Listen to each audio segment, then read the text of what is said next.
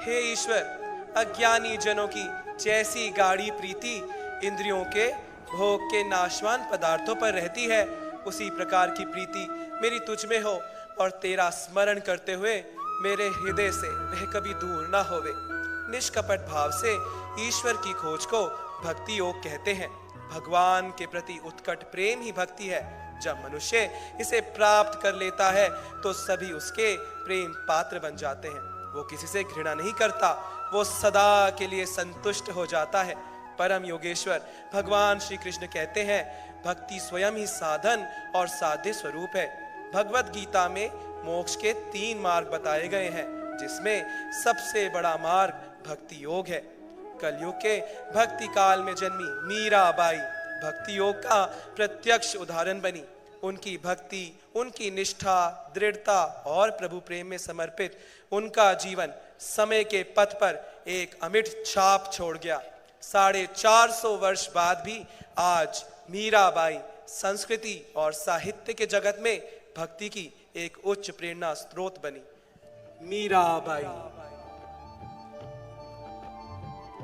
मीराबाई का जन्म 15वीं शताब्दी में कुड़की ग्राम में हुआ।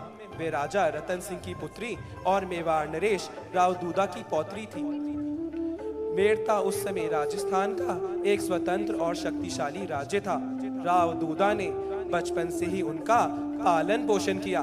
राव दूदा एक योद्धा होने के साथ साथ ही भक्त हृदय व्यक्ति भी थे और साधु महात्मा उनके महल में बराबर आते रहते थे। इसी प्रकार मीराबाई बचपन से ही धार्मिक व्यक्तियों के संपर्क में आती रही और उनका झुकाव आध्यात्मिकता की ओर हो गया। मीराबाई वेद, पुराण आदि धर्म ग्रंथों तथा संगीत कला के साथ साथ शस्त्र विद्या, तीरंदाजी, घुड़सवारी आदि में भी पारंगत थी। जन्म से ही वह मृदुभाषी और सहृदय थी। सर्वगुण संपन्न मीराबाई अत्यंत आकर्षक और रूपवती भी थी। बचपन से ही राव दूदा मीराबाई को आध्यात्मिक कथा कहानियां सुनाने के साथ साथ सत्संग में भी ले जाया करते थे।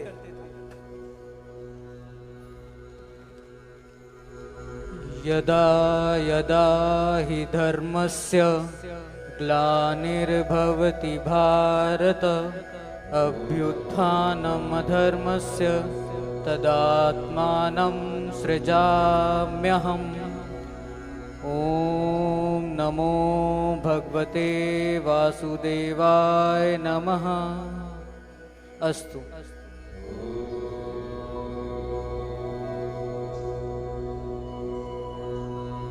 बाबा जी, आप जिनकी कथा सुना रहे हैं वह गिरिधर हमें कब मिलेंगे? इतनी छोटी बच्ची और इतना गूढ़ प्रश्न। मैं आपके प्रश्न से बहुत प्रभावित हुआ बेटी। जब हम पूर्ण श्रद्धा व समर्पण के द्वारा ईश्वर की भक्ति करते हैं तो वह हमें अवश्य दर्शन देते हैं। बाबा जी, अगर आप उनसे प्रसन्न हैं तो यह ठाकुर की मूर्ति मुझे दे दीजिए। यह मूर्ति? इस मूर्ति की तो मैं प्रतिदिन पूजा आराधना करता हूँ, इसे मैं कैसे दे सकता हूँ? मीराबाई अपने दादाजी के साथ रोते हुए घर जाने लगती है। ठहरो बेटी, ठहरो। मेरे अंतर मन में गिरिधर ने प्रेरणा दी है कि यह मूर्ति तुम्हें दे दूं। यह मूर्ति तो तुम्हारे लिए ही है बेटी। मेरे गिरिधर, मेरे गिरिधर, मेरे गिरिधर, मेरे गिरिधर। पिया प्याला नाम करे और न रंग सुहाया, मीरा के प्रभु गिरधर नागर कायो रंग उड़ जाया। जैसे जैसे मीराबाई बड़ी होती गई, जैसे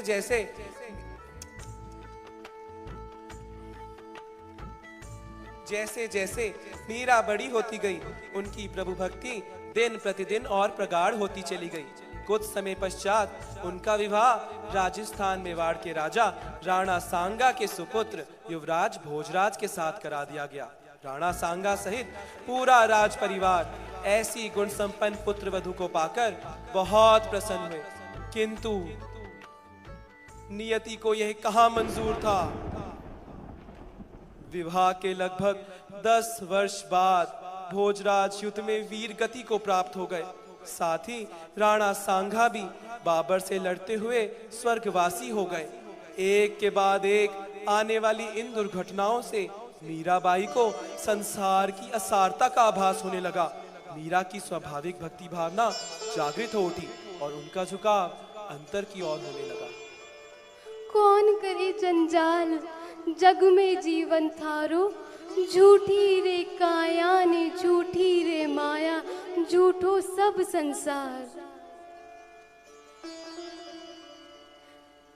मैं गुणहीन और बलहीन हूँ प्रभु, तुम सब प्रकार से समर्थ हो। मैं तुम्हारी हो चुकी हूँ, अब तुम्हें छोड़कर कहाँ जाऊँ मैं प्रभु, कहाँ जाऊँ। मेरी लाज तुम्हारे हाथों में है प्रभु, मुझे दर्शन दो प्रभु, मुझे दर्शन दो। मेरे अवगुणों की ओर ध्यान ना दे, मैं आपकी शरण में आई हूँ प्रभु, मुझे दर्शन दे, मुझे दर्शन दे और फिर कभी अपने से दूर ना करें। प्रभु आप ही मेरे सर्वस्व हैं, आप कब मेरी सुधि लेंगे। आपकी भेंट के लिए मैं प्रेम का प्याला लिए खड़ी हूँ प्रभु, प्रेम का प्याला लिए खड़ी हूँ। दर्शन दे प्रभु, दर्शन दे। मीराबाई के जीवन में किसी समय एक ऐसी घटना हुई जिसने उनके आध्यात्मिक दृष्टिकोण को बिल्कुल बदल दिया। वे संत रविदास के संपर्क में आई, जो आजीविका के लिए जूते गांठने का काम करते थे। गुरुदेव, गुरुदेव। आओ मीरा आओ, मैं तुम्हारी ही बाट देख रहा था। गुरुदेव आपको कैसे पता कि मैं मीरा हूँ? जिसने तुझे मेरे पास भेजा है उसी ने मुझे तेरे विषय में बताया है। गुरुदेव सतगुरु मुक्ति द्वार के द्वारपाल हैं और इस द्वार को खोलने की चाबी सतगुरु के हाथ में ही है। प्रभु प्रेम की कुंजी द्वारा ताला खोलकर आत्मा को सदा के लिए मुक्त कर दीजिए गुरुदेव, सदा के लिए मुक्त कर दीजिए। हरि बिन रहियो ना जाए, गुरा बिन तरियो ना जाए। मीराबाई ने संत रविदास से सुरत शब्द योग की दीक्षा प्राप्त की। अपने गुरु की कृपा से उनकी जन्मजात भक्ति भावना को एक नई दिशा मिली। उनका प्रभु प्रेम एक निजी अनुभव के रूप में साकार हो उठा।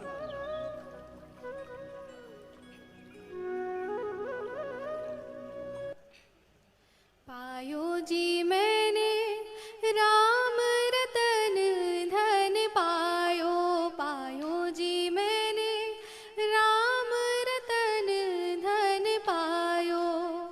वस्तु अमोलिक दे मेरे सतगुरु, वस्तु अमोलिक दे मेरे सतगुरु, कृपा कर अपनायो, पायो जी मैंने। कुछ पुरोहित और ब्राह्मण आपस में कानाफूसी करते हैं। अरे ये कैसी रानी है, इसे तनिक भी लज्जा नहीं आ रही है। चलो राणा सा को बताएं।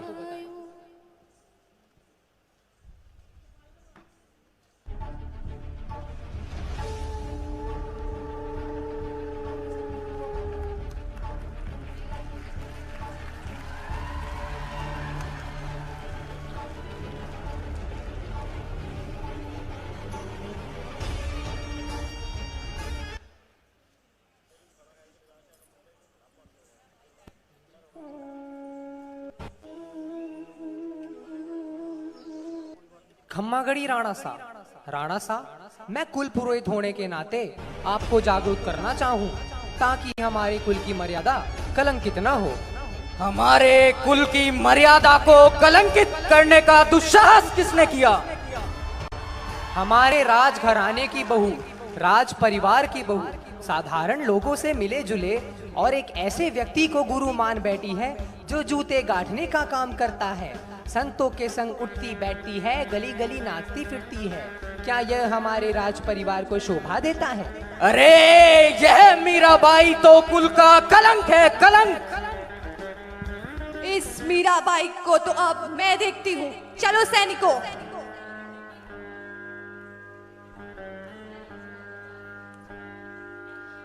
अरे तुझे इन छोटे और नीच जातियों के साथ बैठने में लज्जा नहीं आती? अरे कुल घातिनी, कुल कलंकिनी, अपने पति और ससुर को तो तू खा ही गई, और अब कुल की मर्यादा को भी कलंकित करने पर तुली हुई है। चल मेरे साथ, चल।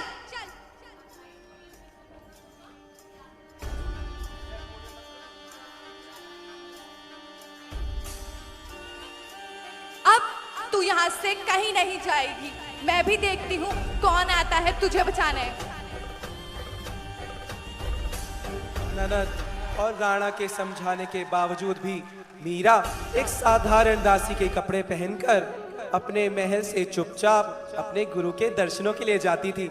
गुरु रविदास की सत्संगति के द्वारा उन्हें कुछ ही समय में बोध हो गया कि संतों का मार्ग चोरी और कायरता का मार्ग नहीं है। अतएव परिणाम की चिंता ना करते हुए वे खुले रूप में बेझिझक अपने गुरु के पास जाने लगी और संतों के साथ सत्संग करने लगी।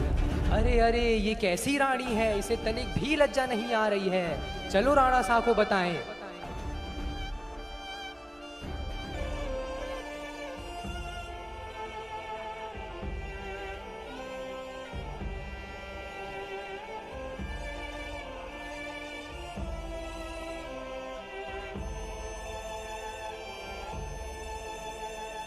खम्मागढ़ी राणा सा मीराबाई का संतों के संग मिलना जुलना कम तो क्या और भी अधिक बढ़ गया है, और लोगों के बीच उसकी लोकप्रियता और ख्याति दिन प्रतिदिन और बढ़ती ही जा रही है।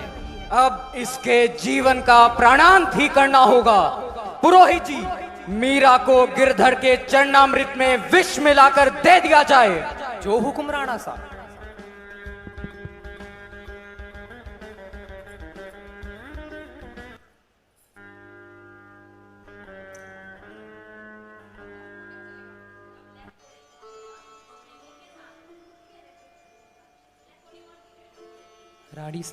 रानी सा, राणा सा ने गिरधर के चरणामृत आपके लिए भेजा है, इसे ग्रहण कर लीजिए।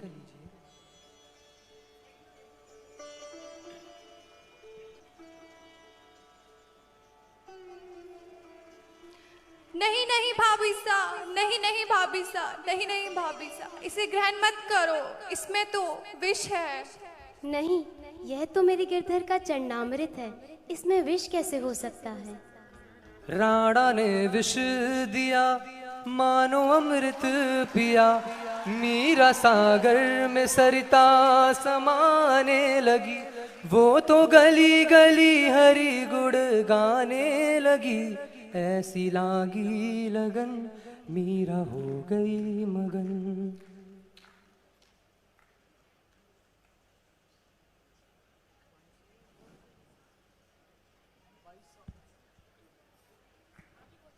ये क्या बाई साहब, आपका मुखमंडल तो और भी तेज से चमक उठा है और यह मूर्ति तो नीली पड़ गई। यह तो मेरे गिरधर की लीला है। जय हो गिरधर, जय हो गिरधर, जय हो गिरधर।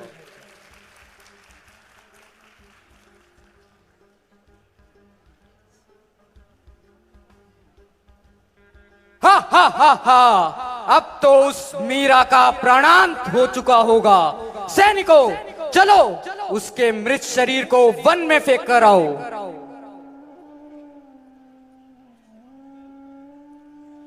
अरे, तू अभी तक जीवित है?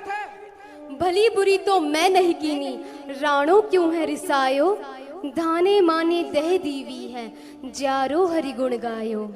ये तेरे गिरधर की लीला है, तो अब तू मेरी लीला देख। सैनिकों, रानी ठहरो, मुझ पर जितने भी अत्याचार हुए वो तो मैंने सहन किए, लेकिन प्रभु भक्तों पर कोई अत्याचार करे यह मुझे स्वीकार्य नहीं। राणा जी हूँ, अब ना रहूंगी तोरी हटकी, साध संग मोही प्यारा लागे, लाज गई घूंघट की, लाज गई घूंघट की। अपनी भक्ति में इस प्रकार की बाधाओं से तंग आकर उन्होंने आखिरकार चित्तौड़ छोड़ने का निश्चय कर लिया। अब उन्हें ना लोक लाज की चिंता थी, ना ही प्राणों का भय। रानी सा, ये आप क्या कर रही हैं रानी सा? हो बाला मैं बैरागन हूँगी, मैं बैरागन हूँ।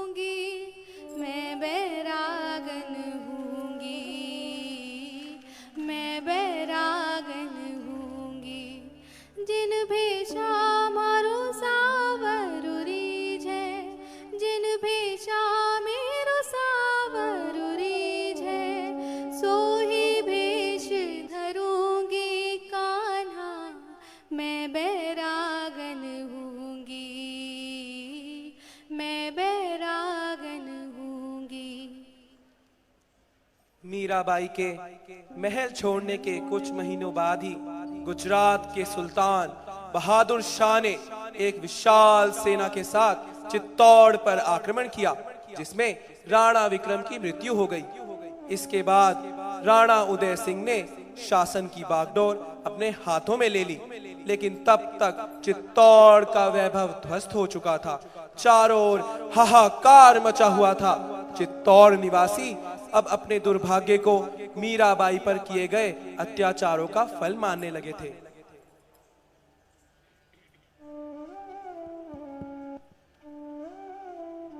दुहाई हो राणा सा, दुहाई हो राणा सा, दुहाई हो राणा सा, हमसे बहुत बड़ी भूल हो गई।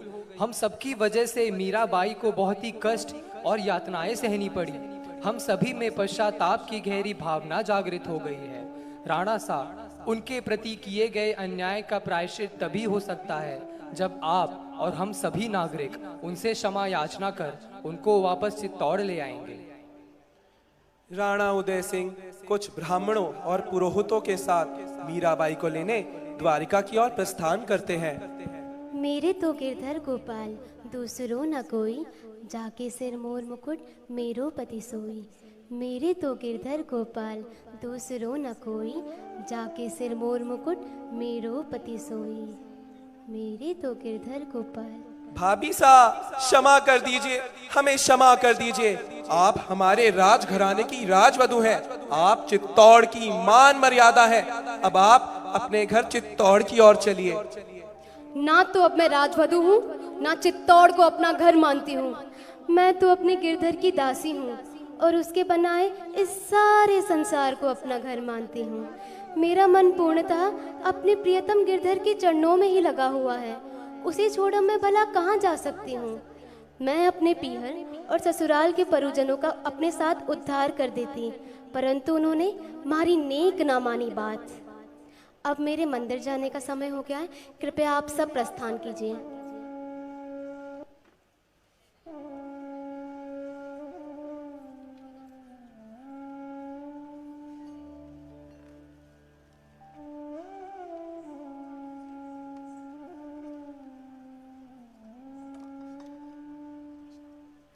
हे प्रभु, अपने प्रेम का प्रसाद प्रदान कर मुझे प्रेम की नाव में बैठाकर इस अथाह संसार सागर से मुझे पार करो।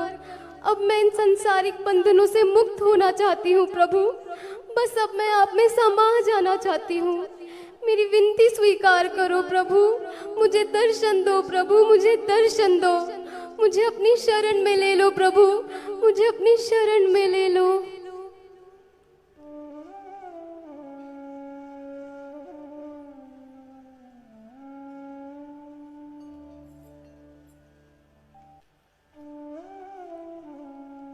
अगली सुबह जब सभी मीराबाई को ढूंढते हुए आते हैं तो वह देखते हैं कि मीराबाई तो श्री कृष्ण में अंतर ध्यान हो गई हैं। इस प्रकार मीराबाई के अनन्य भक्ति योग से प्रसन्न होकर गिरधर ने मीराबाई को अपने परम धाम में सशरीर स्वीकार किया। ये है भक्ति योग, ये है भक्ति योग, ये है भक्ति योग। श्री कृष्ण गोविंद हरे सभी तालियों का साथ देंगे। हे नाथ नारायण वासुदेव, श्री कृष्ण गोविंद हरे मुरारी।